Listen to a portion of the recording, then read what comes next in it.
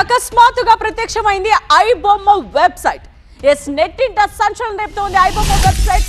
మళ్ళీ అసలు ఎవరు మొదలు పెట్టారన్న దానిపై ఆరా తీస్తూ ఉన్నారు. ఐబొమ్మ సైట్ నిర్వాహకుడు రవి ప్రస్తుతం బెయిల్పై ఉన్నాడు. బ్యూరో చీఫ్ విజయ్ దీనికి సంబంధించిన డీటెయిల్స్ అందిస్తారు. విజయ్, మళ్ళీ ఇది ఎలా ప్రత్యక్షమైంది? ప్రస్తుతం పోలీసులు దీని మీద ఏం చెప్తూ ఉన్నారు? బెయిల్పై రవి ఉన్న టైంలోనే ఇది ప్రత్యక్షం అవడం ఏంటి? ఐబొమ్మ వెబ్సైట్ మరోసారి ఇంటర్నెట్ లో ప్రత్యక్షమైంది. దీంతో ఒకసారిగా పోలీసులు కూడా వెరిఫై చేస్తున్నారు.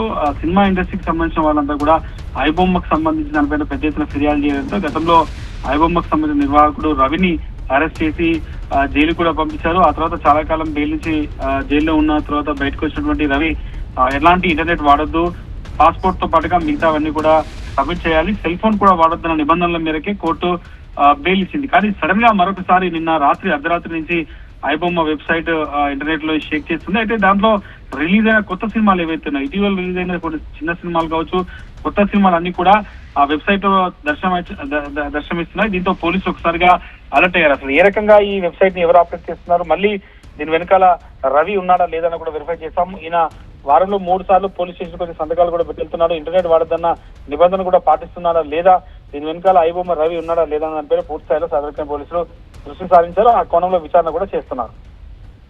రైట్ విజయ్.